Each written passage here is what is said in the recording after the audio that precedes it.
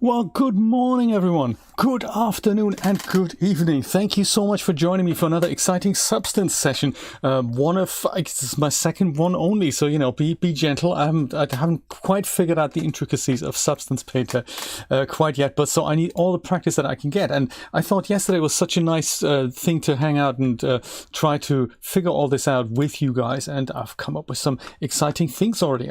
First of all, I've done a tutorial, so that's good from the official substance side, and then I applied what I've learned to a pair of shoes that Chris made recently, and they look really nice. There were some workflow issues, so today I'd like to work on getting accustomed to that with one of Chris's shirts. So let's see. Brian, you said there's a bit of a stutter on the stream. That's not good. I'm just looking on my OBS here. It looks as if it can give out the packets fine, so that's good news. Hopefully it'll settle down. Yes, let's hope.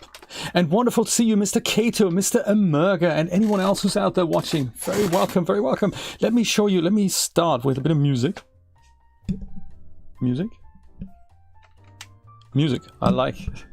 Let's start by showing you what I've made yesterday. So that was quite nice. I spent another couple of hours after the stream making this happen. This is the kind of the template that I was working from. This is what they showed me on the Substance site.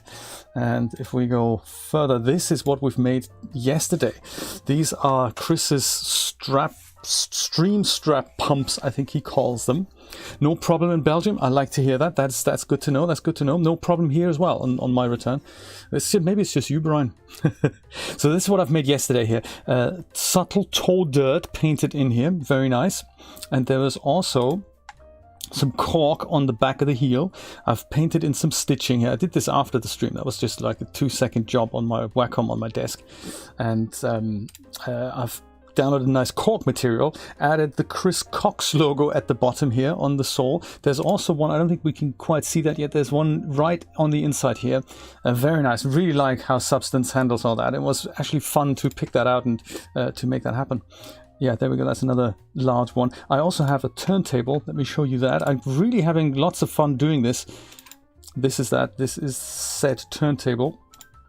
So you can see it from all angles. So the main problem that I've had was literally exporting the maps and then generating the material in DAZ Studio. That's not actually that big an issue because we only need 4 maps, 3 maps, 4 maps, depends on what the materials are. And if you plug them in, you just copy that material onto all material zones and Bob's your uncle, Betty's your aunt. But the way Substance worked in exporting the maps was that they gave me 4 maps per material zone, so I ended up with like 48 maps, which is not awesome. And of course it's not good to, first of all, it takes you like 7 times longer to set up all the materials, but also it's not good for memory, so that's not very efficient. So I found a way to combine those maps in Photoshop, and then I found a way to make that process automatic. So that is what I'm going to be practicing today. I've also found a way to go and have this what's that called again, this thing. Let's start with DAZ Studio and export our object from there. I found a way to split the object up in Blender so that when you import the split up object you can mask areas off easier in Substance. So I'm going to go through all of that and hopefully I'll remember it. Mr. Jeremy, good morning, good evening to you. Wonderful to see you. Interesting. More sluggish here on the equator, even though it's so much further to go. Interesting. One of those things. How's the Fortnite career going? Which level are you at the moment? Julia and I may have gotten Jeremy into playing Fortnite competitively. Every time we meet him, he's like 50 levels higher than he was before. Very cool. This is the dress I'm going to work on today. Oh, let me put on my highlighter thing here, pointer focus, and let's see if I can work with the same principles before we do a bit of recapping from yesterday. So the simple dress looks like that. It is extremely simple, and this is available for free from Chris's Ko-fi store, and it's so simple. It doesn't have things like it doesn't really have seam lines or whatever. It doesn't have anything that would indicate like a collar or something like that. So it's extremely simple, and I thought this is exactly a good practice object. He made this on stream. I'm gonna go and put 2 bows on the sides. I hope they're not. Are they rigid follow nodes? I hope they're not. Nope, they're just attached little props here. That's nice, I think. Yeah, the attached smart props, it looks like, that are also rigged, so that's neat. I will go and I'll see if I can go and good question. Will this work? Because those are 2 separate objects. I might have to texture those separately then, if they're indeed separate.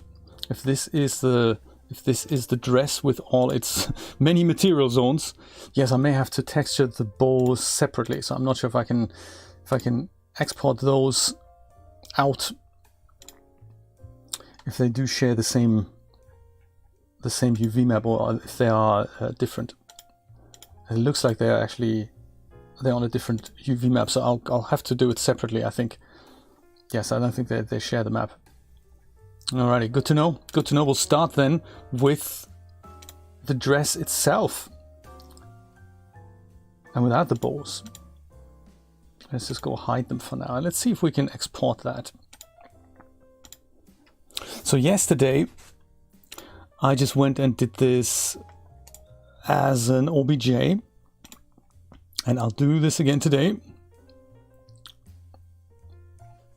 Sometimes, I don't know what it is with Windows, there's a thing I've encountered recently, that when you make new folders or move files around, it takes forever, literally like a minute or so, for the Windows Explorer to show this result. There's something you have to clear out every once in a while. I'm just going to call this one Dress V1, just so that I remember the amounts of bits and pieces that I've done there. And in here, I think this is a tip from Travis Davids. I'm going to go and do this without the surfaces. Is that something he said we should do? I forgot now. Is it with or without surfaces? I think with surfaces and no maps. In fact, let me do both, and then we can see what comes out. Sometimes you just have to try these things multiple times until you get the perfect workflow. So I'll say Dress V1 with surfaces, but with no maps, because we don't really need them. So I'll say with surfaces, but no maps. And then I'm going to go and export another version of it. Dress V2 without surfaces. And I'll untick this box, so we're not even going to write surfaces. See what happens. So the UV map should still be there, but you know, we'll see what the difference is when we bring it into Substance, and make a mental note of it.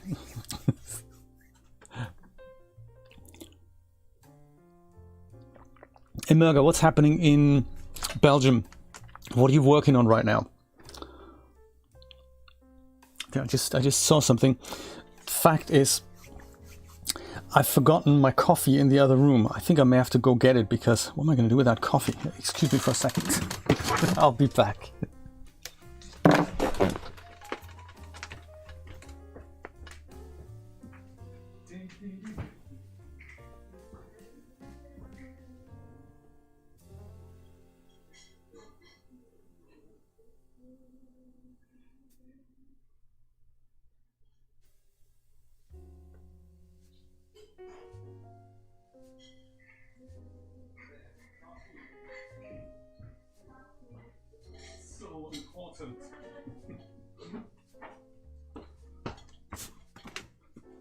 Right, I'm back with coffee. So important. Right, so in my case, Jeremy, rebooting didn't work, so it literally survived a reboot. I don't know what it was. I can look it up in a minute, because I've made a nice mental note of this on my website. In fact, let's do that now while I'm on this topic, because I may have to do this again. This is some kind of a registry hack that you have to do, and then that sort of cleans things up. I think Windows lag should probably show that up. No, it doesn't. Anything about Windows Explorer then? Whoops.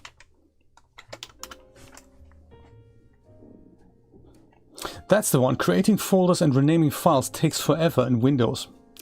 That is that. I'll go post that on Discord later, but yeah, that's what you do. You go into this view option here and then you clear the file explorer history, and that apparently fixes that problem. So one of those things. Miss Pamela, Miss Wendy, hello, hello. Buzz Fenger is here. How exciting. Wonderful to see you all. Good morning. Good morning. We're just talking a little bit about Windows lag. When that happens, this is what you can do, thankfully. So yes, it's on the view tab. Maybe we can just go do this. I don't think it was quite as dramatic as doing registry hacks. So I'm suggesting we should go into the Windows Explorer, then we go to the view option here.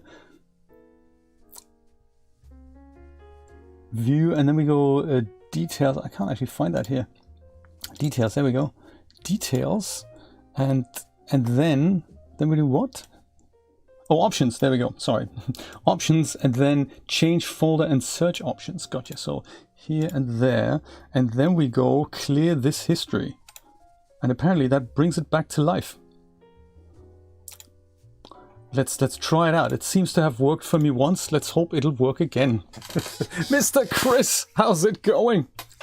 I'm going to use your dress today and see if I can get that substance workflow just right. So let's go and try the first version that I've just exported here. That was basically with surfaces, with everything. Simple dress, there we go, in OBJs. First version was with surfaces. Let's see what happens if I import that. Oh yeah, the other thing I've worked out yesterday is let's not use this. Let's not use the UV tile workflow, because that comes in handy when I go and combine the maps later. Practice this whole workflow time and time again. Eventually it'll be stuck in my head. Here it is. The bows are two separate objects, so I can't take them into Substance at this point. So now we have these material zones here. That's cool. So I think the other version that I've imported, that doesn't have them. I think. Let's just go try that out. Use it without the surfaces. See what that difference is. We're going to not use that. Document resolution doesn't matter for us at the moment.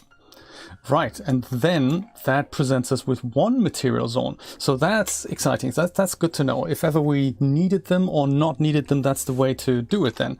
In DAZ Studio, when we export the object, just to recap, when we export the object, I'm not going to export anything just so that we're on the same page here. With surfaces, that's the first version that I've made. That'll show the surfaces on in Substance, and without it won't. And it depends kind of what we want. So sometimes it's good to have that separation, but I found another way to get the separation going so that we can mask this off. So let me go into Blender and show you that. That's another thing I found out yesterday. If we go and take our second version of the dress and just split it into loose parts, then with that version I think we have an option to go and mask it off better in Substance. So let me go and import the version without surfaces now. Where was that now? They're probably here, and simple dress under OBJs. This one without the surfaces. And we're not going to split this here. Keep the doesn't really matter. We can keep the poly groups if we wanted. And where is it? It's not here. Oh, Blender. Oh, there it is. There we go. It's just a little bit large, like there. Better size. So what I've worked out then, so that we can mask these things off, we can go and split this whole thing by loose parts. So that would now turn this dress into multiple pieces. And if we now go and export that out, I think that is now that we can now mask that off in Blender. I think in Substance. Sorry, let's try it out. So I'll call this Dress V3 Split.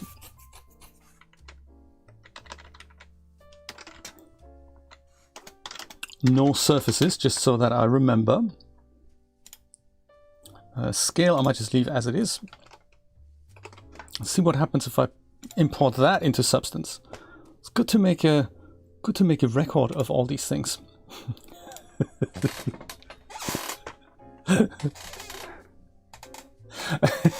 Yes, the music is from the stream. Yes, indeed. I thought sometimes I like to have a little bit of background music on there. This is currently, if you're interested in the artist, it is Peter Sandberg. An album called A Scandinavian Thing. There we go. Yes, multi-talented, absolutely. Dress V3 Split, no surfaces. Let's see what happens. Discard, we're good. Here it is, again. No surfaces here, but I think the cool thing now is, and I'm still working this out, I really have no idea if that's true or not, but I think if we go over here to this mask icon, we can then go and unmask these things and then have our split parts selectable. So that's neat and handy. I mean, in our case, we only have 2 parts, but in the strap pumps yesterday, that would have been really handy to be able to just select multiple parts like this without them interfering with the material zones. So that was one of the things. When we have material zones in Substance, it'll be difficult to get these parts out on the overall object, because I think doing this will happen on a per material zone basis. So that makes selecting bits and pieces very difficult. I might just try this workflow that we've just done here with the shoes from yesterday and see if that makes you know, if that'll be something we can improve upon for selecting the materials. I think that might be kind of good. Geo Proctor, wonderful to see you. Good morning. Let's try this again. This is really where the magic lies. You try these things again and again. I've already got a version I think I've got a version. Let's do this, the whole workflow again with starting with DAZ Studio. Simple dress goes. We'll go and bring back the shoes from yesterday. Strap pumps. That's under people, Genesis 8, clothing, Seacocks, stream strap heels. An idea what there they are. This is mine. This is what I've made yesterday. Stream strap heels 4. And we've noticed yesterday that they came with a bit of a problem in the, oops, with these rigid follow nodes that Chris has done there. This is the pose. Let's apply that. So I'm going to go and hide those. These are them. So this is what freaked Substance out a little bit, but that's okay. We can just go and hide the buckles and then just go and show them again when we bring it back into DAZ Studio. That's what I did. So that's that. They're gone on. No, they're not gone on both sides. This one, that one, and that one. Otherwise, it somehow tries to magically connect the vertices, and it's all very messy. So, alrighty, that's that. Now let's go and export them. See if we can improve upon what we did yesterday. This is now in the shoe. No, this is in the shoes OBJ. Strap pumps OBJ. We've got a lot of them in here. I will just call them pumps V1, just so, because yesterday I called them strap pumps. Today I'm just going to call them pumps, just so that we know. Different day. No mats. Untick this, so we don't have any surface material maps. Then in the Blender, delete everything, import what we've just exported there from DAZ Studio. Go to strap pumps, OBJs, pumps, no mats. That's good. Import, and comes in massive. Thanks, Blender. Click off it, then to click on it again, just so that we make a size adjustment. And now go into edit mode, press P, and say split by loose parts. That gives us a lot of bits and pieces, each of which we can now select in Substance, hopefully. That is the plan. Let's go and export that from Blender. It's like a giant puzzle game here, isn't it? Really. Pamela, you made your first NFT. All right. Is it available for sale already? And if so, where did you go? Did you sell it on through DAZ, or did you sell it through OpenSea or another service? How exciting! Congrats! I'd love to see that. Also, report back on the success of that story. It's just so new to everyone. It's interesting to see where this is going. I'm going to call this Pumps V2 Split, just so that we remember what it is. Export everything. Takes Blender some time. Now let's go in Substance. Let's go make a new document. Import our pumps. Pumps V2 Split. So this is going to be exciting to see if this works. We're disabling this. We don't have maps to import. We go discard whatever was there before, and we have our shoes. So two good things. We don't have the material zones anymore. That's nice. And if we go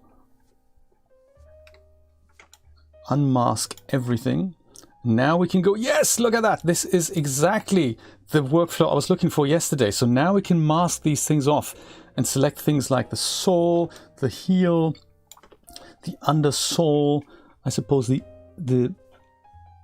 can only the whole sole. Yesterday I think there was an additional material on the side here. All the straps have stayed together. There's a strap at the front. So splitting is a little bit different than in the material zones. We can't select the inner piece here. So I wonder then if we can literally have best of both worlds by exporting these again with materials and also then split them and see what Substance does then. If we then literally have best of all the worlds, that might be nice. Hey, this is success. I think I'm beginning to understand how it thinks about these things.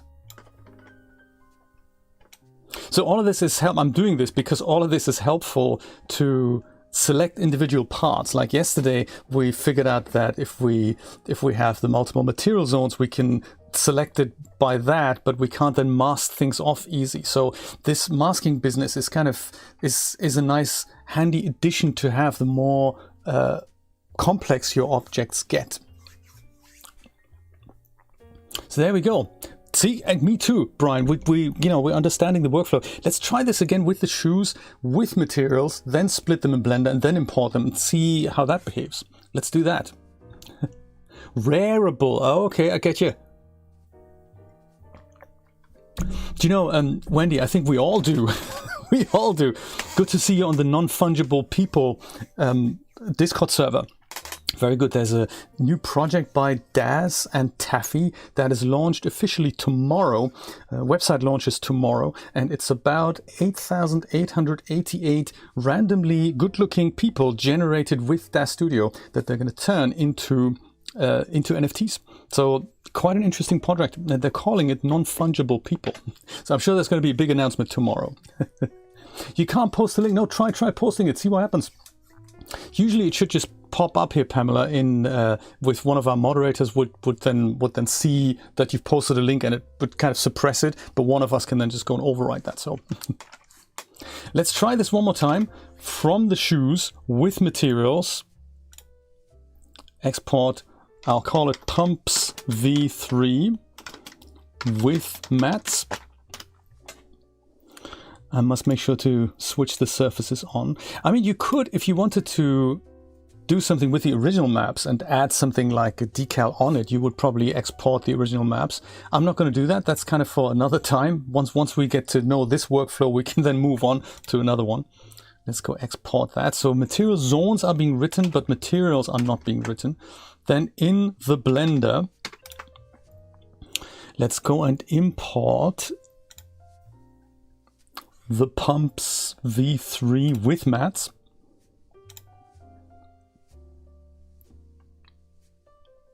Scale this down in Blender. I don't even know if it's necessary for the scale to be adjusted. I just think that in Blender, when it comes in by default, the shoe is going to be 60 meters high. That can't be good. There's something that freaks me out about shoes that tall.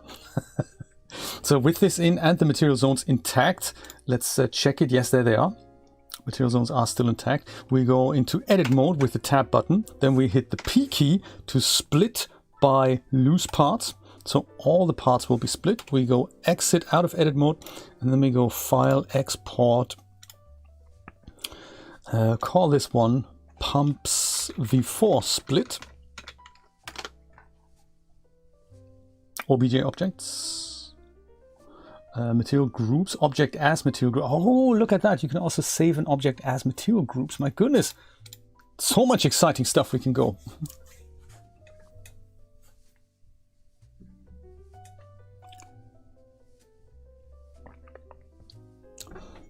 Do you know 2D images, Pamela, are totally fine to sell commercially no matter what you do with them.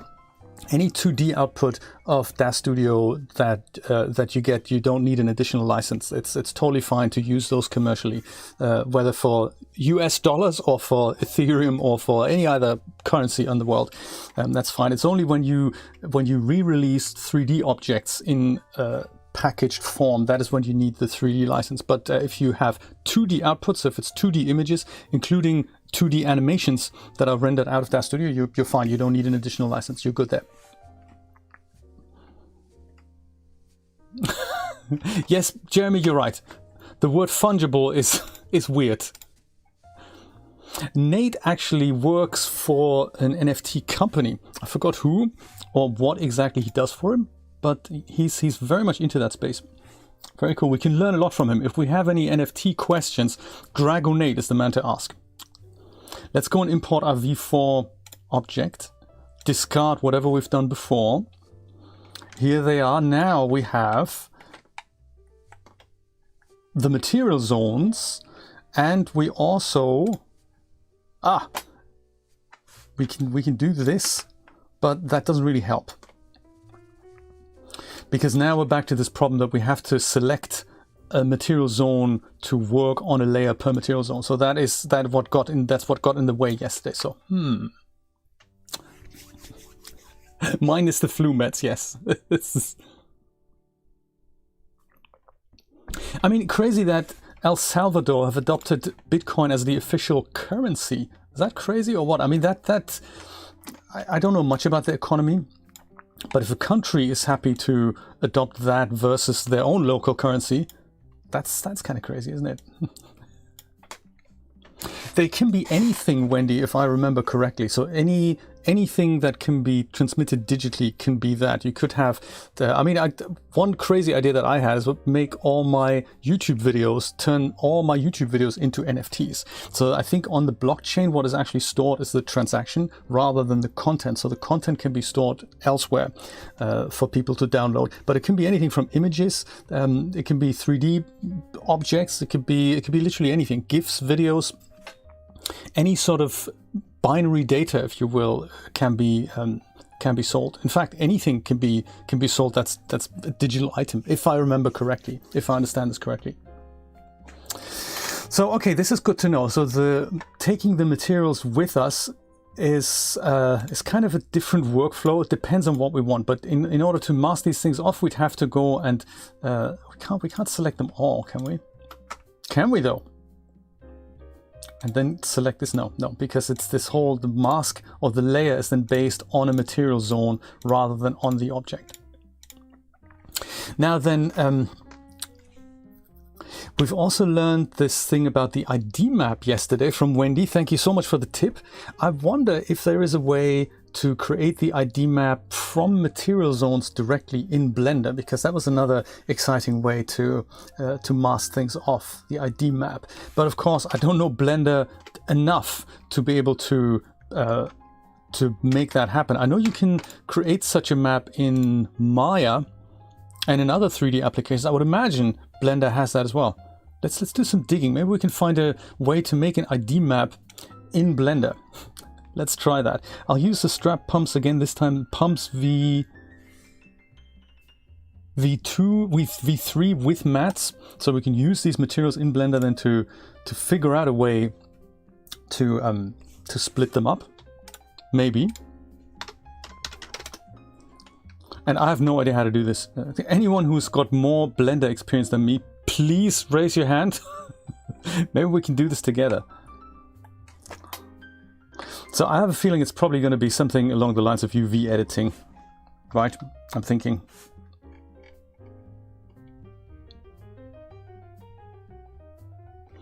I would imagine then the first thing we do is we create a new image. That'll be our texture image, and we're going to call that perhaps ID map. Well, I'll just try to call it that. We'll go and make it a 2048 map. Alpha, doesn't really matter, blank, UV grid or color grid. So those are just the UV grid test patterns, so I don't think we need those. Generated type, let's go with blank then, just so that we have that. This new texture, it's black, it has nothing on it. Now how do we, without manually painting each zone in, mind you, how do we, or is that maybe how we need to do it? I wonder if there's a way to just make this process just fully automated. Because if we didn't want that, I mean, manually, it's probably possible to do it. It's not the vertex groups. It's on the materials here. If we say we wanted to grab the straps, I just go and select whichever material zone I find I want, and I go and select, and that is that. That should theoretically go and show up in the other window as well. It's probably because the synced option isn't on. The link option, isn't there something like UV, do something linked? Is it live unwrap? No, that's not it. Where is that then? There's a way to link the left with the right so that whatever I select there is being selected there. How does that work again?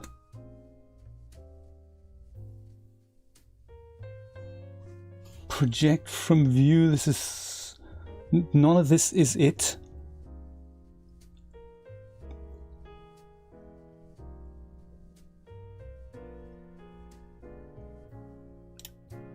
Dang, can't find it. Because that'd be really helpful, because if we do that, we could just go and flood fill that area and then create our own ID map. But again, that's not really the point. We want to make this completely automated, right? I'm thinking, if at all possible.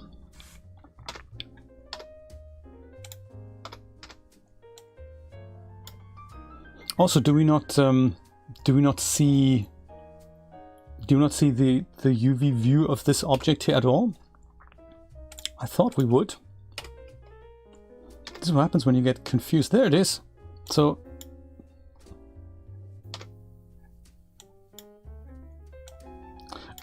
maybe I'm just confused, and also I don't really know how to do it. See, that's what I was thinking. In other applications it's so easy. We've tried it in ZBrush yesterday, and that was kind of half working. It wasn't exactly working, but it could also be because we have the object with material zones at that point. Did ZBrush recognize that?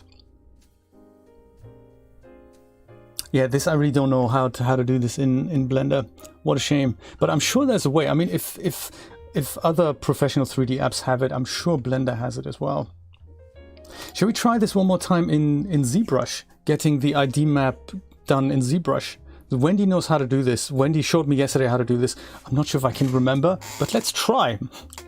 With these pumps, with the material zones. Pumps with material zones, turn that into an ID map, export that out, and see if we can convince Substance to acknowledge that.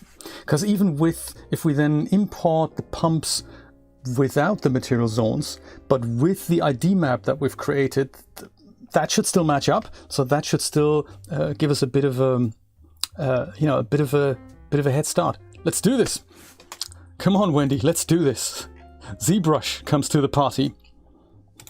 As we juggle, this is like, how many applications is this now? 4.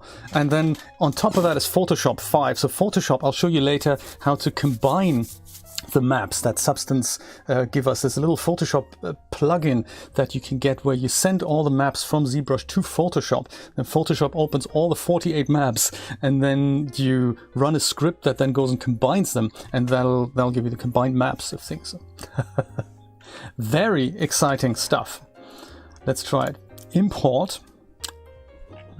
This is fun. This is like a very, very complex video game, really, isn't it? So strap pumps OBJs. This case we need to have v3 with mats. Open that. Draw it out.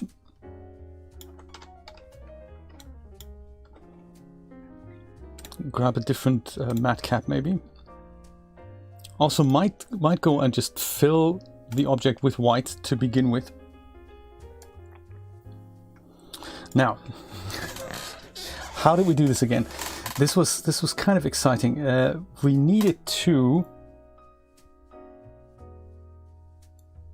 Let's go with polygroups to begin with. Like so. Is that what we do? And we had these types of selections here yesterday. So polygroups, auto groups with UV, was that it? I think. Let's try that. What can go wrong? Kind of does it neatly and nicely. It hasn't taken account the material zones now, so it basically just looks at all the materials and turns that into a group, which is nice. So that gives us even more flexibility. If we could have that as an ID map now, that would be nice. But also ideally what I'd like is an option for this to turn the materials themselves into polygroups. See if such an option is more or less obvious. What happens with just auto groups? Oh, that does this. Ah, this is with the UVs. This is just auto groups, which is also interesting. But it hasn't taken into consideration that that the inside and the outside of an object might want to be different. So it hasn't done that. Let's go with the UVs then here. Merge similar groups. Let's see what happens when we do that. Oh, interesting. This is also a feature I've never really played around with. Group visible. Let's do that. Oh yeah, well that's everything, isn't it? That's not what we want. Regroup by edges. Oh yeah, let's try that. Oh yeah, that's not exactly what we want. Even though it looks like a good design, but it's not exactly what we want. Regroup visible. Oh nice. Different color. I like it. Group masked. Group as dynamic sub from polypaint and from masking.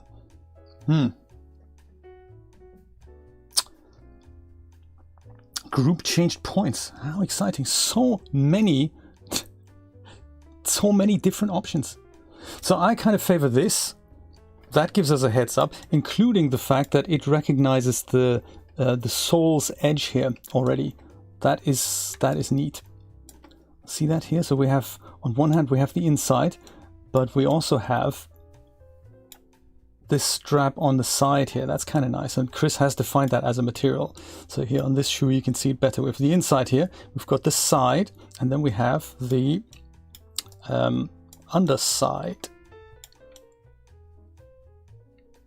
Interesting. So then auto groups with UVs gives us more, but this would now mean that if I had a leather material, I might have to go and and add that to all these different zones that we're essentially going to get in Substance. So, But hey, nevertheless, let's see if we can extract this as a proper, as an ID map. So let's see. Wendy, if you're still here, please help me through this. If you're not, that's also fine. But, you know, grouped it all. Now we need to go and go to UV map, I think. Create one. Texture map, in fact. Create a texture map. No, UV map first.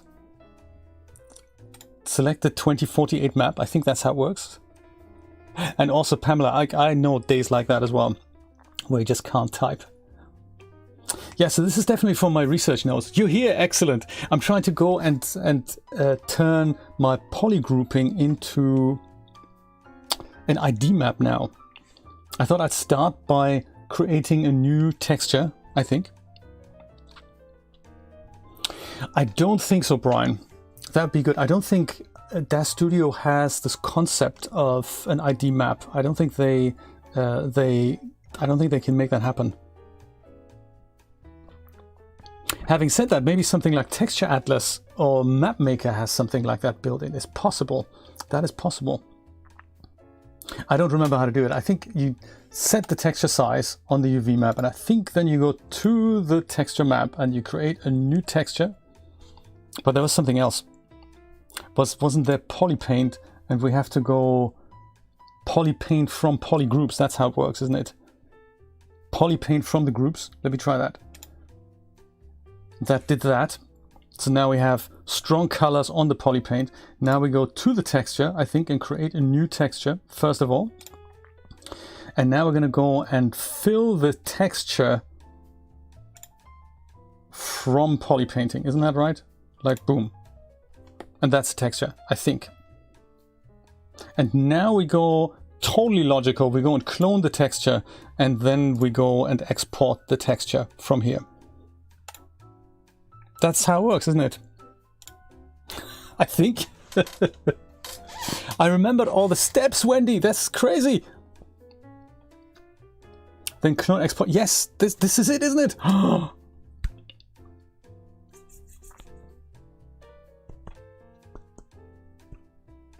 Pamela, you may have had a good point. Have I inadvertently destroyed the UVs now? Before we export that, let's just have a quick look if what the UVs look like. Was that in, how do I do that again? To look at the UV map, so there's a way to, in ZBrush, to explode the object into UVs. How does that work? Was that on UV map, maybe? I just want to see if I haven't destroyed it. There's a really cool little button that just goes, it's extremely groovy, but I don't remember where that was. It could be, I think it might be on a Z plugin under UV Master. Something like,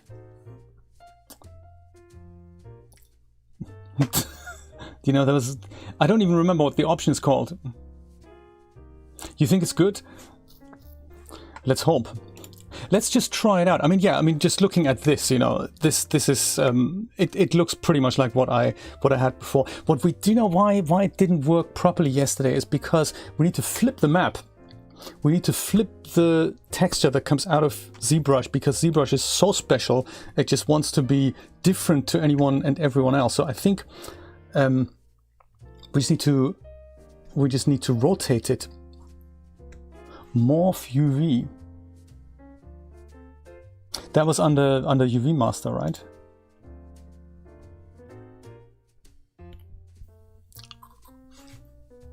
Or where have I just seen that? Was it under UV map? Morph UVs like this. Yes! Haha! Oops, that doesn't look healthy. What happened here? Oh, it's because it's not flat. There we go. Haha! This is one of the coolest ZBrush features ever. I could play with this for hours. This is just so cool to see this animation. It's very, very cool. That's Morph UVs. Gotcha. Thank you. It's rotated. Yes, exactly. So before we export this, let's go and rotate it. Can we do that from here? Crop and fill, clone, make alpha. think we maybe, do we do that here maybe?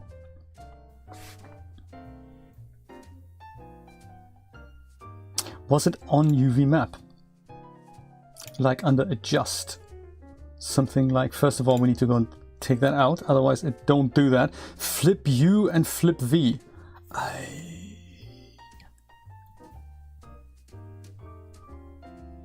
What might be U, what might be V? Yes, you all just do it in Photoshop, yes. V, haha, excellent, flip V, boom. And this now looks terrible here, but it's still gonna be perfectly fine, I think. That's just one of those ZBrush oddities. Do we do clone again? Has it done it? It has done it, hasn't it? No, it hasn't done it.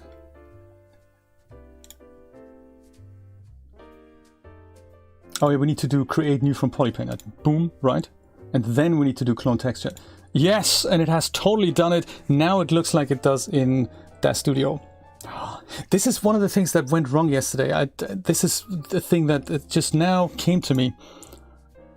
Great, so let's go export this. Jace 3D Detective Office. And we'll put it back into the textures folder and we're going to call it Pumps V3. That's a good idea. With mats and polypaint, maybe. Is that too much information? Pumps V3 ID map, that's what we're going to call it. Okay, and okay, perfect. My God. With that, let's go and bring in our previous pumps that were not split.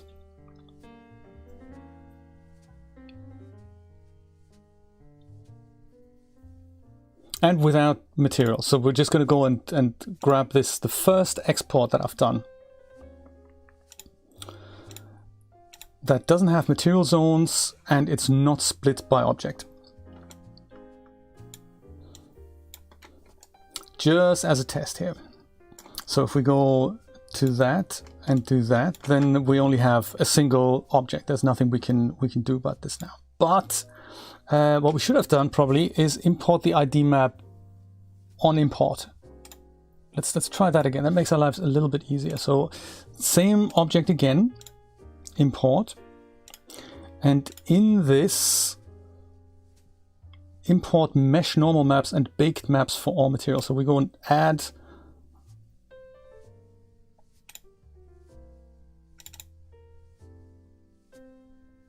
Pumps V3, that map. Yeah, see, this was the one we had yesterday, which was flipped. This one's the right way around. That is correct, right? Easy, Brian. Yes, absolutely. So now ID map is there.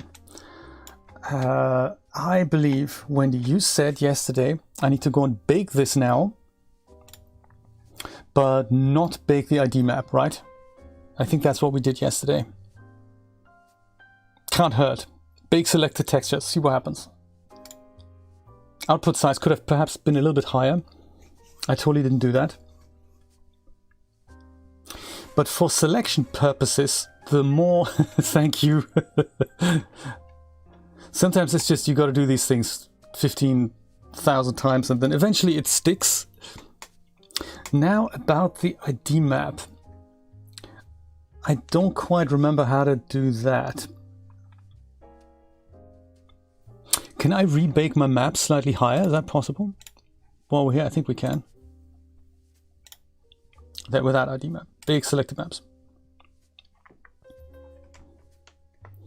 I like to keep it in one resolution, you know. Hello, trader. How's it going? All right. That's done it. Now, Wendy, how did we select by ID map? I don't even remember where I need to go for that.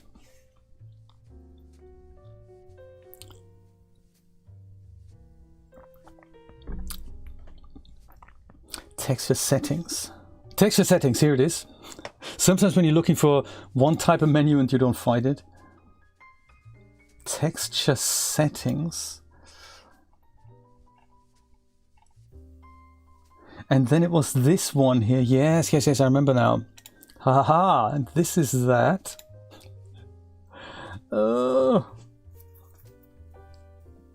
This is all extremely new. It's also very exciting. Now, can we go and pick the ID map? Yes, here it is. That's exciting. And now we can go and start selecting things. Oh! That is a painful loss. Hey, sorry to hear that, buddy. That is not nice. How long's the cat been with you? Cats are like family members. Cats and dogs and all our pets, really. But especially cats and dogs. We form such close relationships with them. I'm really sorry to hear that. What a shame. I've heard from IT Roy, one of my supporters. He will have to put his dog to sleep today. He's been with him for 14 years, and poor Roy, it's sorry for your loss, buddy. It's sad when that happens, and he says he just wants to put him out of his misery, if I understand it correctly. It's painful. It's painful. We dedicate this stream to your cat and Roy's dog. How do I select by ID? I do remember being able to do this, but I also don't quite remember how. Was that back on the layers now? I think so.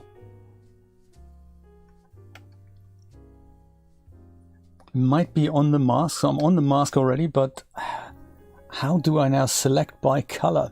You're welcome, Trader, and you know, thank you so much for bringing it up, because it's one of those things. These things are painful, but if you keep them inside and you don't share them with people, or you don't have people to share these things with, it's just extra hard. So it's much nicer to that we all share your loss, I think, you know, because then that just helps. Poor cat. 12 is a proud age for a cat. Very proud age. We had a cat, well, our neighbor had a cat. It was a stray, but she fed him, and he was called Banjo. This is a really big black cat, and he was kind of feral, so he wasn't really used to people. It was very, it didn't often happen that he came and, you know, wanted to be stroked. That didn't really happen with him, but because we saw him so often, we formed this relationship, and he had food there twice a day, and he was 18 or 19 years old, so it's like extremely old for a cat, and he wasn't well. He was in a lot of pain, and we believe he had several tumors, and his face at one point was really deformed, and she was devastated because she had formed that relationship with the cat over many years, and one day he just wasn't there anymore, and we said, hey, what happened to Banjo? And she said it was terrible. Animal control came and took him away, because technically he was a stray cat, so he wasn't a pet that was owned by somebody. And it was terrible because they just took him away, assuming, hey, it's a cat on death's door, we're going to go and grab him and put him to sleep. And that was terrible, because he was part of our neighborhood. Banjo lived here just like everyone else, and it's just a terrible loss. It's a shame. Your internet farted. I think that happened to Wendy yesterday as well. Sometimes it just happens. So hey, I'm trying to go and select these colors now, but I don't remember how to do it.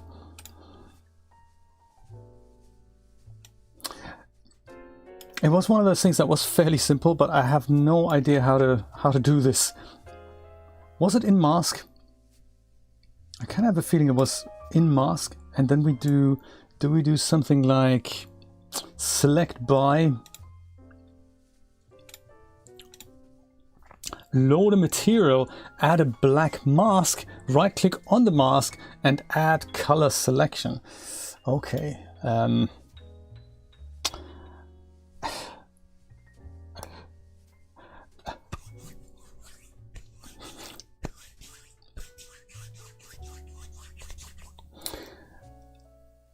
Load a material. How do I do that?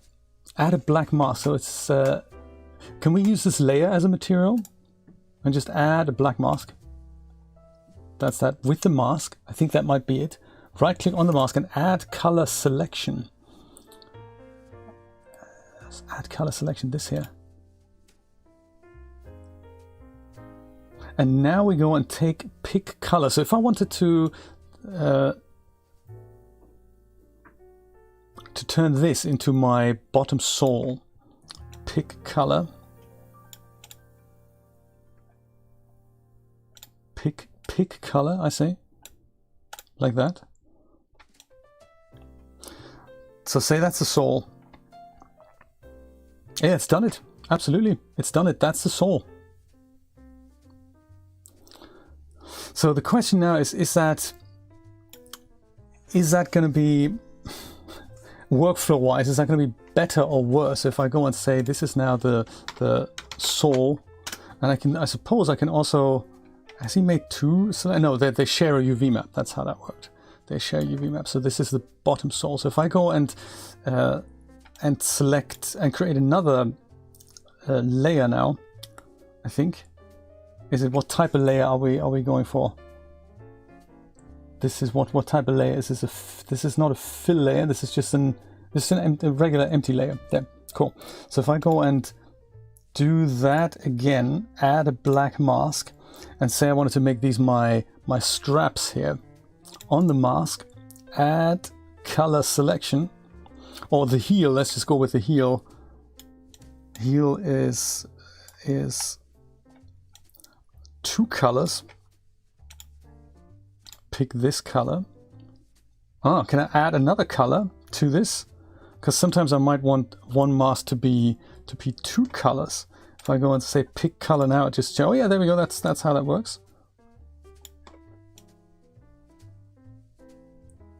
And just for a laugh, we'll go and add this as well as that. So while possible, this is a lot of work. I'm thinking if I'd have to create my masks this way.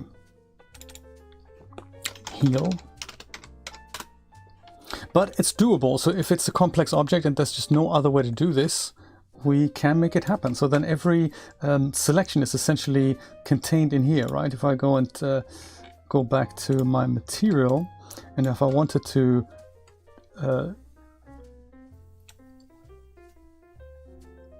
for this to be that, is that how this works? But then the heel gets colored in that? No, it doesn't do that. You are supposed to go onto this layer here somehow. You need to be on, yeah, let's go and get rid of you.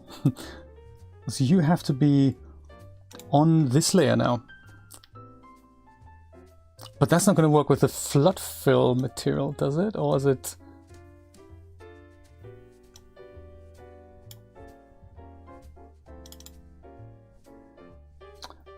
Put that into here, essentially. That's what we want to do, isn't it? We want to make that part of the, no, that's not what we want to do. Part of the color selection. Ew. Yes, how do I then go and apply a material? Oh, add another fill layer, right, gotcha, yes. Add a, not this, maybe this one here, fill layer. But that fill layer needs to be sort of married with this, doesn't it? Or just be underneath that, perhaps. And this fill layer will then be that. Is that how this works? No. Dude, not what we want. Fill layer.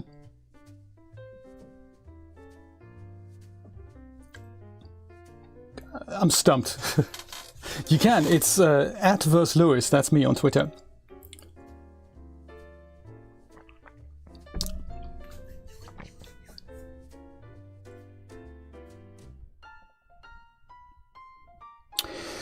Okay, let me just see. Let me just recap on the chat.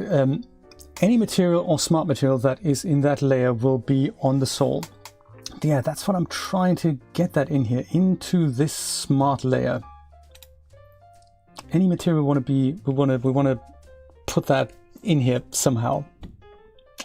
But I don't know how to do that. Pamela, I have a question about DAZ Studio Geometry Editor. I don't use it much. Does the Geometry Editor have an option to select by materials? Yes, it has. I'll show you how to do this in a minute.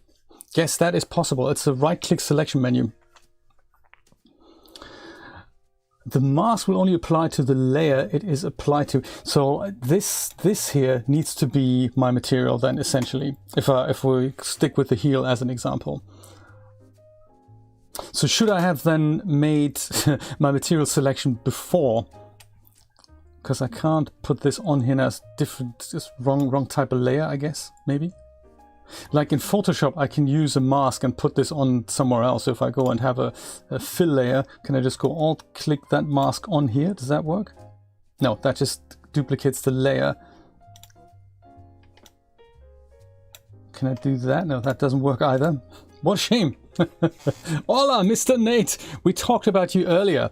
We're all very excited to have you do some videos about NFTs. Give us a lowdown, do a series of, hey, assume, you know, you're making it for me, I know nothing, and go off a 10-part series, 5 parts, 2 parts, if you can keep it short. Copy and paste the mask. Let me try, see if there's a copy layer. It's copy mask. And we just go on here and say paste mask, paste into mask.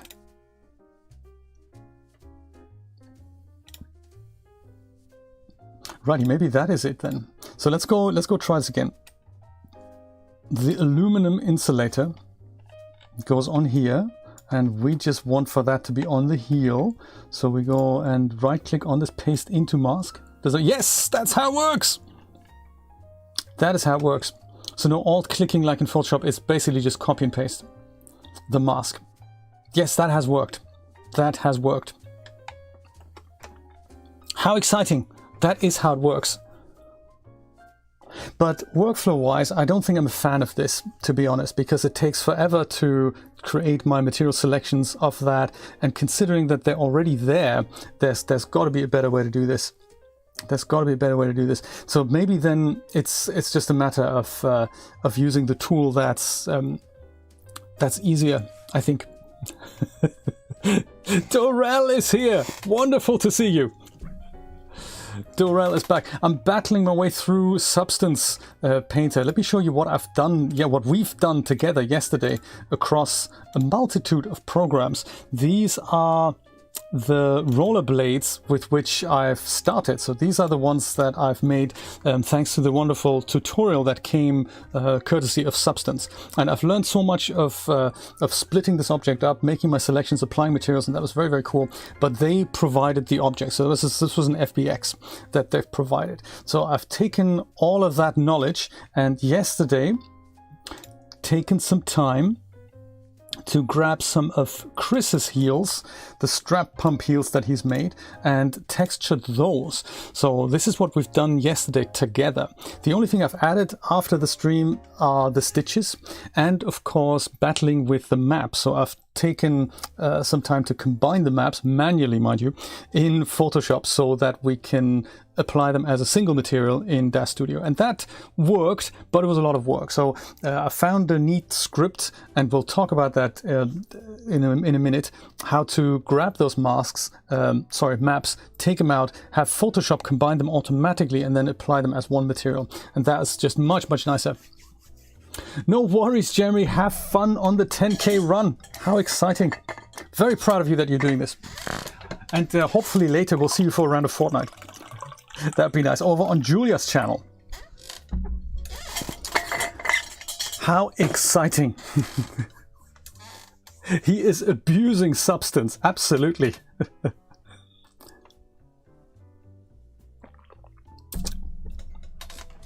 Pamela, you've asked about the geometry editor. If I split every material, export them individually, can I copy paste materials on the original model surfaces then?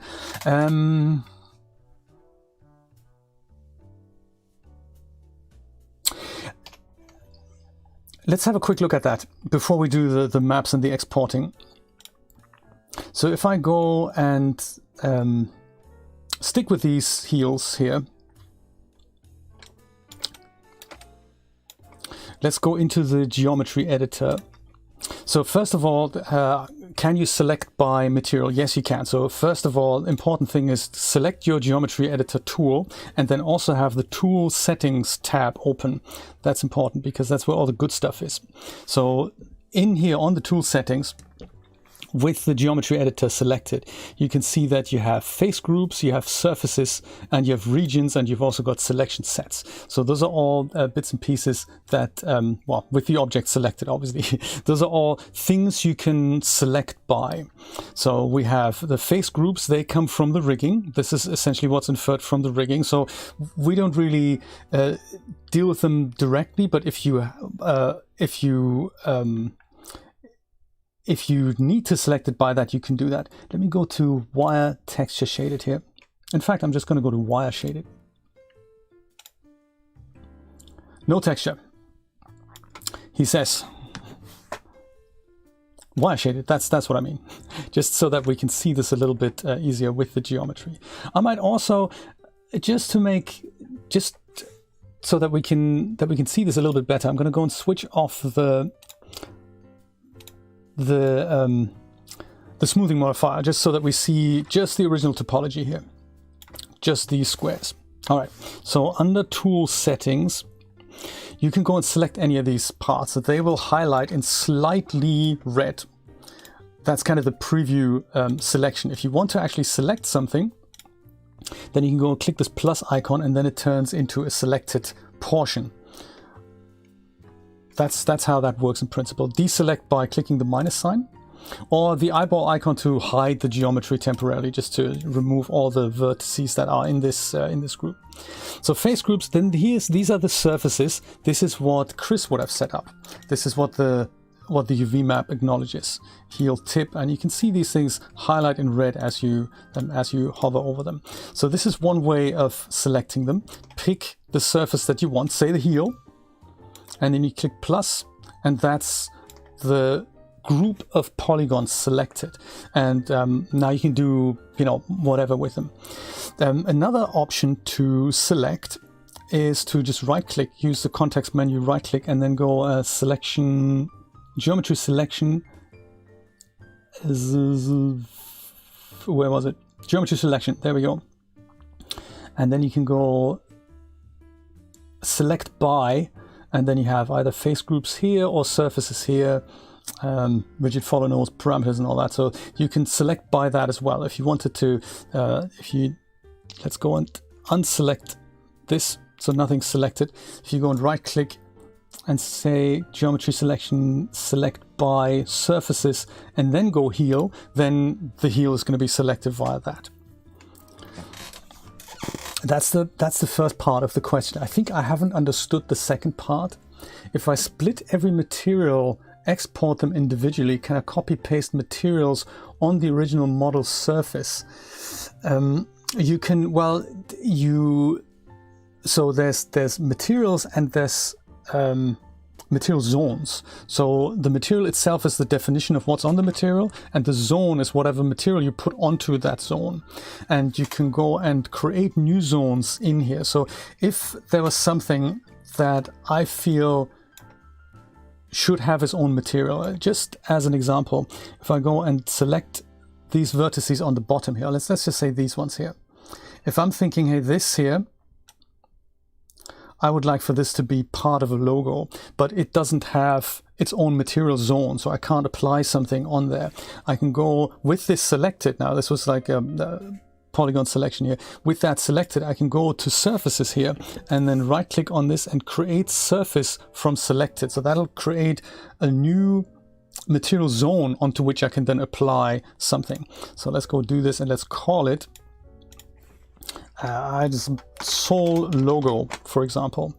And if I do that, notice that the vertices that were previously part of probably the Sol bottom are now being subtracted from the Sol bottom. So it's currently got 544. As soon as I hit accept, then the Sol bottom will have 10 vertices less, and my Sol logo now has its own portion of the material map. So if I now go on the surfaces tab here, with the strap pump selected, I can see that I still have the Sol bottom, with its own material definition, but I now also have the sole logo onto which I can now put another material. So just to keep it neat and simple, let's go to filament, and there's nothing on there at the moment, so there's no sole material right now. But if I wanted to add something there, then I can go and pop a shader of maybe like a, I'll just use a metal shader like this. I can go and double click that, and then this metal shader is now applied on my geometry selection. And it's a little orange overlay on there because we're still in the geometry editor, or this portion of the geometry is still selected. So to unselect that, we'll just do this, just in case you feel colors are distorted. Did this help? This extraction, no, it doesn't destroy the UV, so the UVs are still intact. If we go to UV view, they are still intact. They're just they've been amended essentially. So the UVs themselves,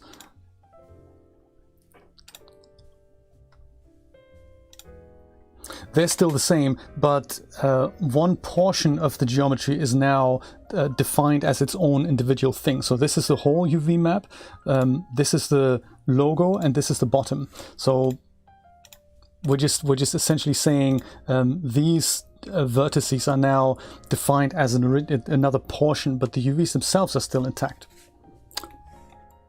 I hope this makes sense. This is it's kind of a tricky concept, and I don't know all about it, gotta be perfectly honest.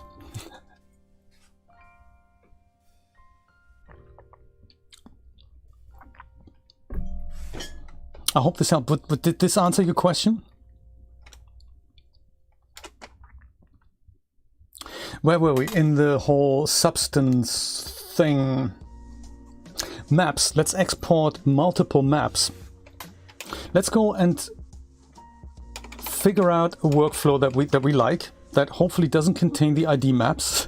Let's use the one with the split objects. Let's try that.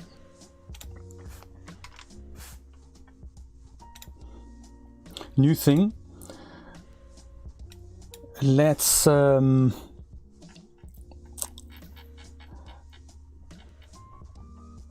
where everything was. In substance, strap pumps,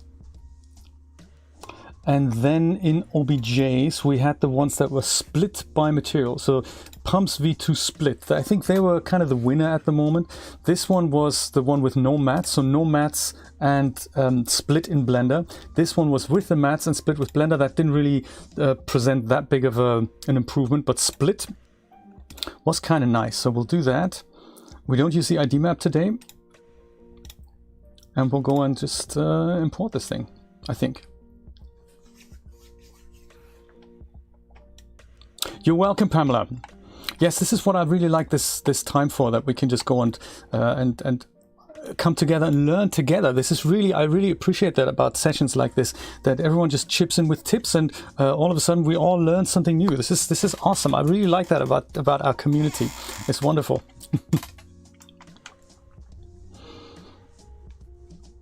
On the 2D UV maps, not in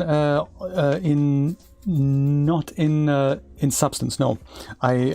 So this is something in which we now have one material zone, but the good thing is I can now go and unmask all of this and then basically pick whatever materials I want. So that's kind of nice. If I go and pick the heels, then whatever I do, whatever material I apply, I guess is only going on the heels, right? I think that's how it works. Let's see if I can remember it. So let's go with the insulator. I'll put that on everywhere, much like we had a moment ago. I'll go destroy this layer here. Go on to mask, control select everything, and just select the heel. So that makes this only this part available. It's a shame we don't have the soul anymore. So there's got to be a different type of workflow that I don't think I've quite grasped yet. Make this smaller. Good heal. I like it. I like it. Let's do the same with soul. Soul material. Maybe it's going to be... Is it going to be leather, perhaps? I'll just use random materials just so that we can see the map workflow. So once again, this... Control, select everything. Just select the inner soul. Go back to material. And then go... Adjust scale. Yeah, nice. It's going to be good pair of shoes. And did we have like a suede yesterday? Yes, we did. Suede goes on here. That looks more like cork, doesn't it? That doesn't look like suede. It doesn't matter. It's all good. Control, select the whole thing. And just make sure it's the top part as well as this that is now selected. I like it. Go back to the material. Go pick funky colors like my hot pink here. And then go and say scale's a bit much. Hold down shift and that makes it a bit easier to fine-tune things. Yeah, so we need to find another way. That's kind of I think the way I worked yesterday with the materials intact, that was even better because that let me select the inside of this as well. So 2 more materials for the soul, and then we'll try exporting these maps out and then setting up the material in DAZ Studio. So maybe then should I try a smart material like the scuffed? There's something about scuffed. I remember that. Scuffed plastic glossy. That's the one. Let's put that on here.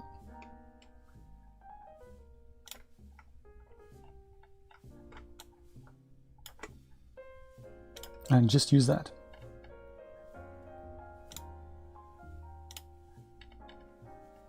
Exciting. I'm not entirely sure about the inside there, but hey, it's good. It serves to illustrate the purpose. I like it. I like it.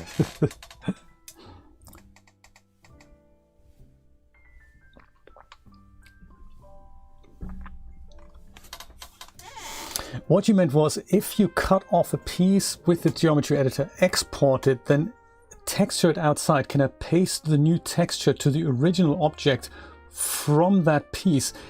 I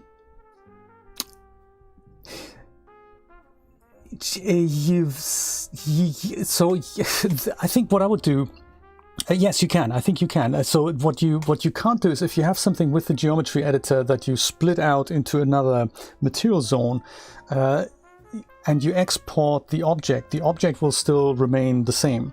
So the object will be whole, so you don't see the split out part only. You'll see the whole object that comes out, and then you can texture that part of the object, and then bring that shader or the texture map back into DAZ Studio. That should work. I'm thinking that should work, yeah. So you don't, if you split something out with the geometry editor, you don't really change the geometry of the object unless you remove faces. So that would change the geometry, and that would then cause issues. When you take that object out, that's not hidden geometry, it's basically removed geometry. So you mustn't do that. You gotta leave the whole object intact. You can split out a zone. You can also generate new zones in other programs like Blender, and do your texturing, and then bring the texture map into DAZ Studio, and that will work. I hope I've explained that properly.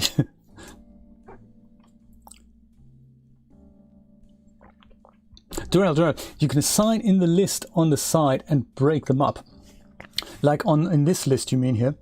This is, yes, we've had that workflow yesterday, in which we basically saw the material zones here on the object. But the problem with that was that if ever we needed to, so the problem with that is that this layer stack works per material zone. So I didn't find a way to unify that. If I wanted to apply one material onto all material zones, like as a bump map overall for like several material zones, I'd have to do that manually per zone rather than being able to drop it onto the whole object. That is something I haven't quite figured out yet. But let's talk about that another time. Let me try and export this out now with combined maps. So this is something I want to remember how to do. So on one hand, export textures, of course. Now we only have a single material. Oh, that makes it actually much easier than we had it yesterday. So today there's no need to combine them all. We just have one default material. So yesterday that was the other issue. So today we're only getting that many maps here. Yesterday we had that many maps times 7 material zones, which was an issue. So that's good to know. If we have a single material zone, we don't have to worry about that. So that's a benefit of this workflow then. So that is nice. List of exports. Also, where is my where do we export to? I wonder. Wasn't there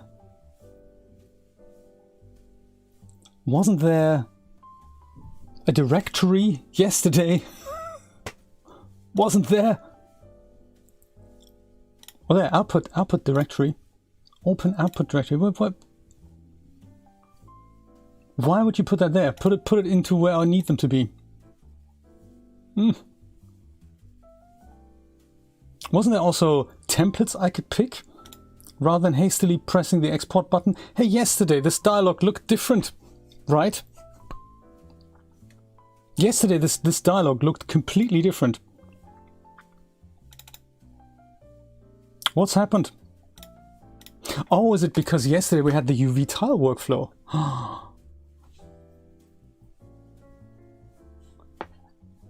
Output maps, but this is not where... Where's my directory? What happened?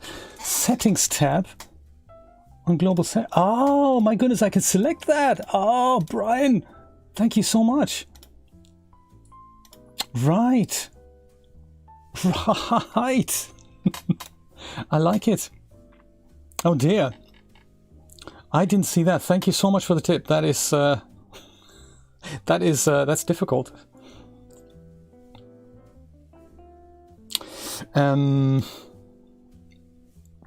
Let's make a new directory here just so that we don't get confused.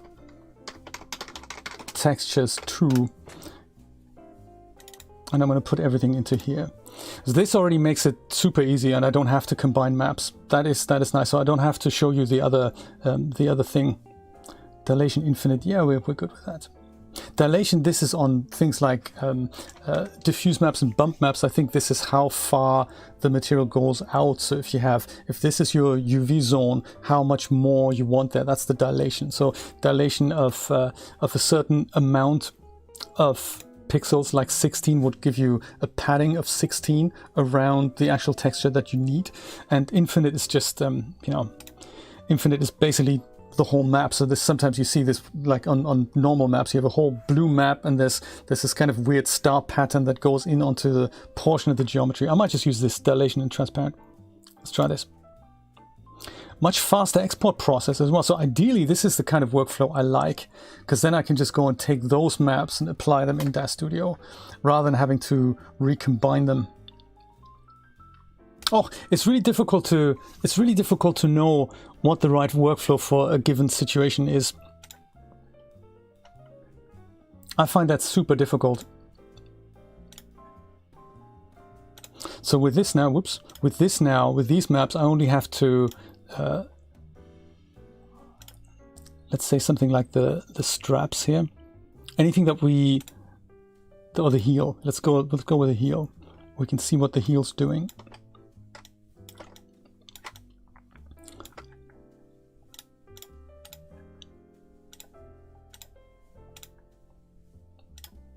So one problem now is that Chris's materials are already on here, so Chris may have made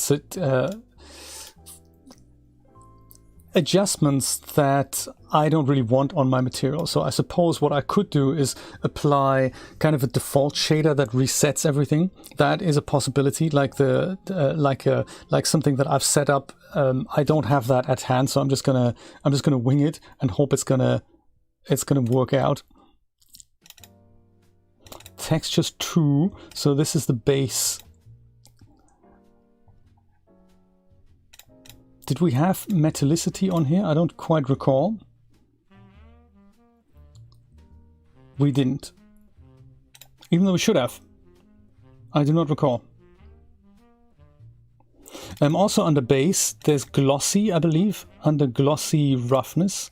I'm sure we have a roughness map. This is it.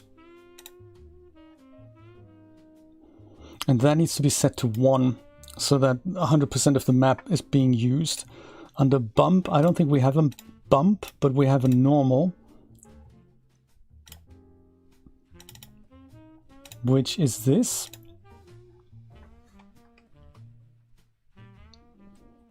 Metallic we didn't have. And we had geometry we may have to adjust. So this is one of the things that I meant about a reset shader. So Chris had tiled his shader differently than mine. So mine needs to be set to 1 here. And then the material will show up correctly here. Don't know why we don't have a metal map. Probably the wrong template I've set up. But once I've set this material up, then here I can go and copy this out and just paste it to all the other surfaces, and then I don't have to really I don't have to worry about mapping, putting more maps on other things. I can just go and do this once, and then it's relatively easy to transfer my material over.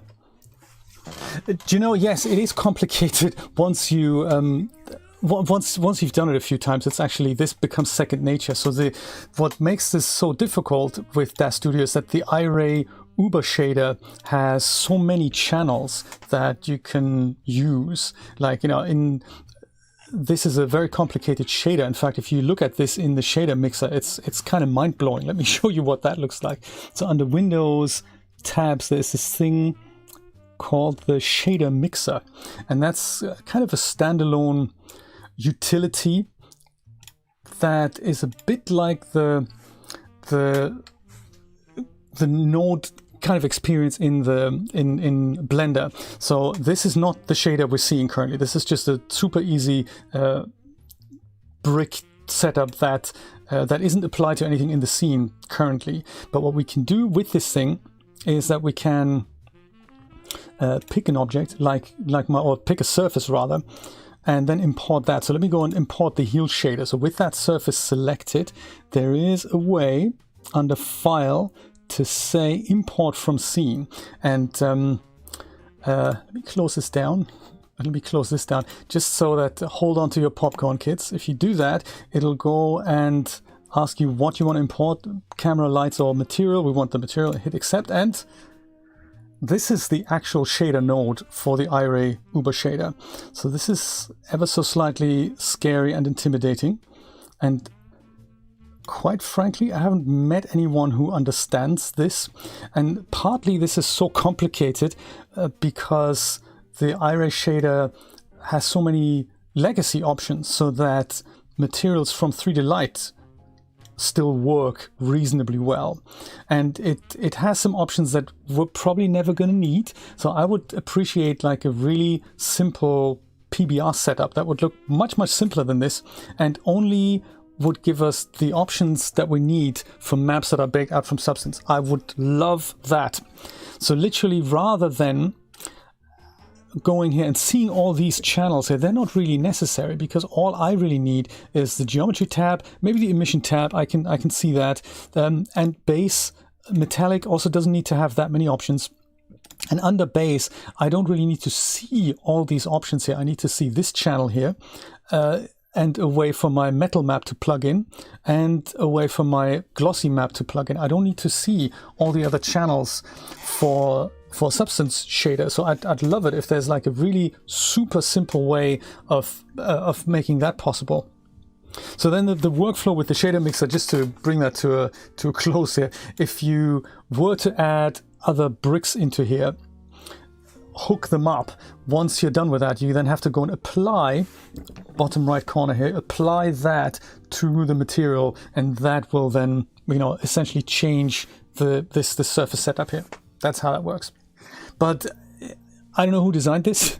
It kind of works, but it's also not really something that's modifiable in my opinion. It's not something that users like you and me could do something with, unlike the Blender setup where you say, hey, I plug an image texture into here, I plug a whatever into there, and then that makes a cool thing.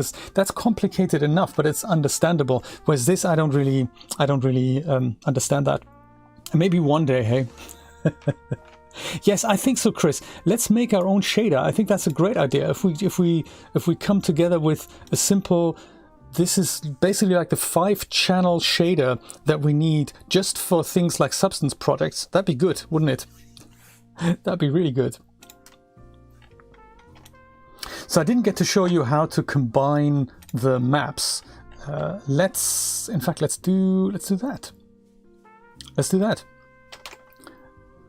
before we go. So that means I need to essentially start a new substance project, namely the one that has material zones. So let's go and bring in the other object now, the pumps with mats, and the one that is split or that isn't split. I don't really mind, split or not split. Let's use the split one. See if that works with 2K. This is also what's frazzling our brains quite clearly. Because if you have to go through these types of things without making notes, it's very difficult. I tend to make notes for everything, and especially the thing that worked. So let's go and try this on the inner heel. So the advantage of this workflow is that we still have all the material zones intact, and we have a layer stack per material zone, I guess. So if I go and drag and drop like a charcoal onto the outside here, this is now the layer stack for the straps. So it's less complicated that way. So I do like working with this, I think. So there's whatever material zone you go to will then present you its own layer stack without him. What did I do here? Oh, that's just the open version. We'll just it's just easier to get my head around this, but it's difficult with the map export. So I'll just apply some bits and pieces onto surfaces just so that we have a complete thing here. Glass visor, great. Let's put that on the inside here. Perfect. These are almost. Let's go put gold on the side here. There, perfect. Great. Those are my shoes. I'm not happy with the charcoal here. I gotta be perfectly honest. I think the straps. I don't like the charcoal. Let's use that material that we all thought was really cool here. The insulator thing. This aluminium insulator. Let's put that on here. Yeah, good. And then we'll go and change that scale. Like so. Hey, that's awesome. That's a $20 texture set right there.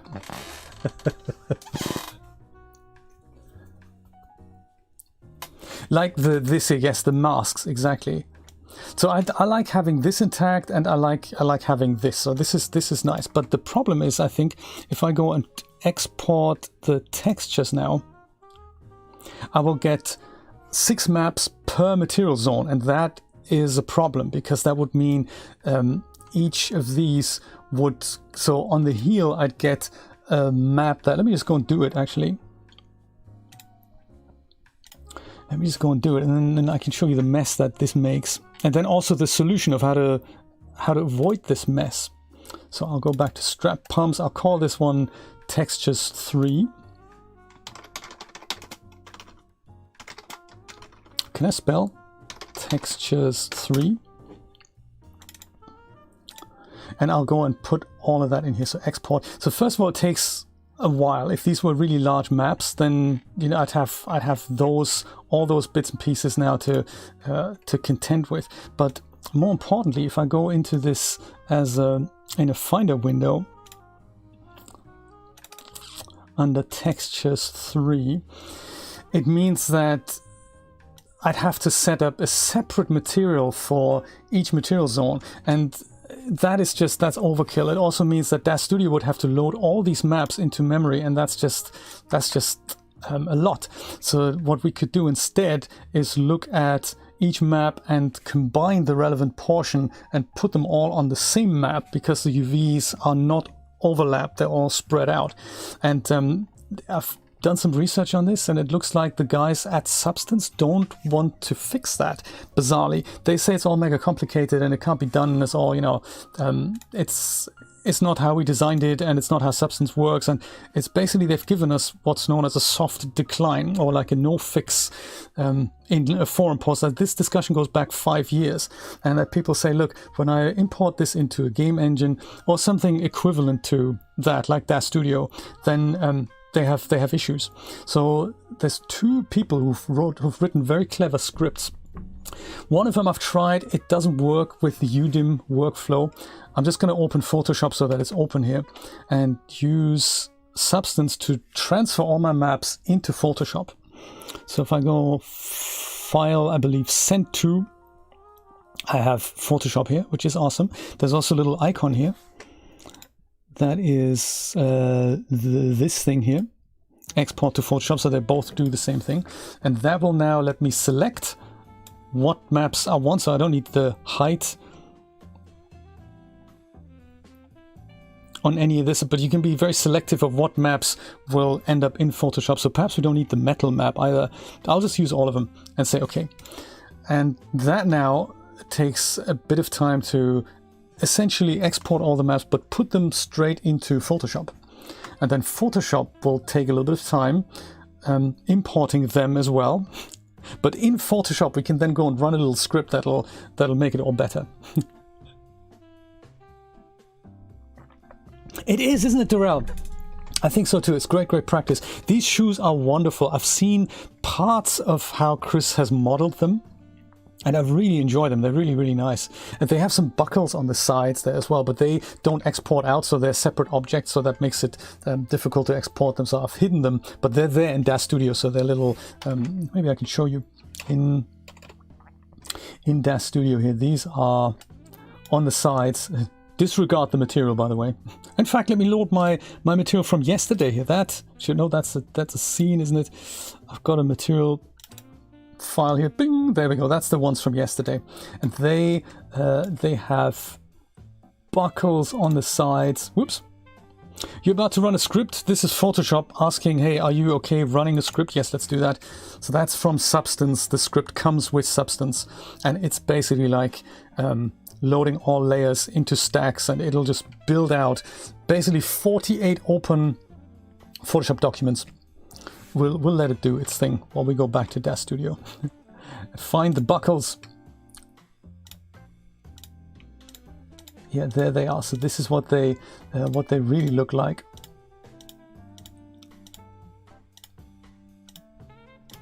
I could have probably just done this and then done that. Yeah, that would have worked much better. So yes, they have little buckets with buckles with things on there. It's very nice. Absolutely cool. Chris, if you want, I can send you these maps, and then we can set up a second material option on your Ko-fi product, so when people buy them, they get this texture set for free. If you like, then it's all one install. I'll send this over later if you want. Because I think they do deserve a lot of attention. Are they also available on Renderosity? I think they are, aren't they? Chris usually sells his stuff both on Ko-fi as well as Renderosity. And on Ko-fi, the prices are a little bit cheaper because nobody takes a cut with Ko-fi. Ko-fi is completely free for the creator. So Renderosity, on the other hand, take 50% for existing, and Ko-fi for the same service take no fee, which is awesome. And it also allows for direct donations as well as ongoing donations, as well as a little shop front. So if you're thinking of embarking on crowdfunding bits and pieces, look into Ko-fi, because it combines the best of Gumroad and Patreon and literally kind of a mini website into one. Ko-fi is the way to go. It's very nice. Yes, they take 50%. Yes, it's kind of crazy. I mean, it's the good thing about Renderosity is that they don't ask you to do an exclusivity agreement, so you don't have to do that. You can sell on Renderosity as well as other marketplaces. They're happy with that. But for the cut they take, they do surprisingly little. So like DAZ, for example, take the same cut, but have a massive mailing list and do marketing and promotion and refunds for you, whereas Renderosity do not. So at Renderosity, you need to pay for your own advertising. So these banners you see on the side, that is something that artists pay for to get more exposure, because by default you get basically zero exposure on the site. And for that, I think 50% is a bit of a tough cut at Renderosity, I must say. So with DAZ, you pay the cut because they do a lot of work for you, because their mailing list is huge and their customer base is massive. But with Renderosity, they take the same cut but do not a lot. So on Renderosity, you have success if you have a large following. And when you upload a new product, then your own mini mailing list gets notified. But if you don't have such a following, it's very difficult to gain one. So you're essentially in charge of your own marketing there. Oh, do you? I didn't know that, because I don't think I ever got any visibility. Maybe I'm just bitter and twisted. Yes, but yeah. Also, just personal opinion. So these are all my maps here that are now in here per material zone. And the script that I found is called... I actually forgot what it's called. Let me go and run it. It'll show me that. So under File Scripts Browse, you have to browse there every time individually. I'm sure there's a way to set this up. I've only discovered it yesterday. Submerger, that's what it's called. So Submerger will go and now go ahead and look at all the Photoshop files and basically do the work for you of combining the maps into something that's then a much smaller map. I think it doesn't close the originals. It just goes and looks at what's open, what has what name, and then it just goes and, as you can see, it just combines all the roughness maps and all the normal maps and all the base maps. And then it says, do you want to save this? You don't have to do this because the layers are still open, so you may want to make some changes to that. It saves it to a default location, which is which is kind of the default, kind of hidden in something. So I might go and say no. And then you just find where these things are yourself somewhere, I think. So yeah, there we go. So it puts it in the front document. So these are still the same, the separate ones, but you can now go and you can do things. You can change things to the layer structure. Layers are all intact, so you can go and save these as PSDs. You can put something behind it, put your logo on it, make changes on it, and so forth. But yeah, this is a much better way to do it. And somebody wrote this on GitHub. Let me go and show you where that. Not GitHub. Yes, GitHub. Submerger. On GitHub. Then I can post this is him. Componia, that's him. Comphonia. And he has a YouTube video on how this works. Let me go and put that into the YouTube chat if I can.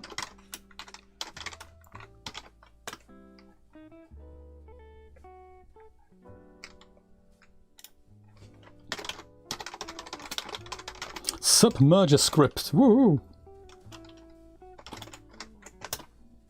Ta-da! It is free, yes. It's just a standalone little thing that you can either get it directly from here, from the front page, or you can go to the releases section on the right, and then you just get the whole thing as a zip file, and in it is the source code that you don't need. Also one small file that you can post anywhere you want on or you save anywhere you want on your hard drive, and then to run it in Photoshop, you head over to File, Scripts, Browse, and then you just have to essentially go to the location of the file every time. So I'm sure there's a way to hook it up into the menu somehow, but he hasn't done that. I'm just glad this script exists because it works. The other one I've tried did not work. That's a standalone Windows program, or only works on Windows, and that didn't really work for me. That's by somebody called Christine something. I don't remember.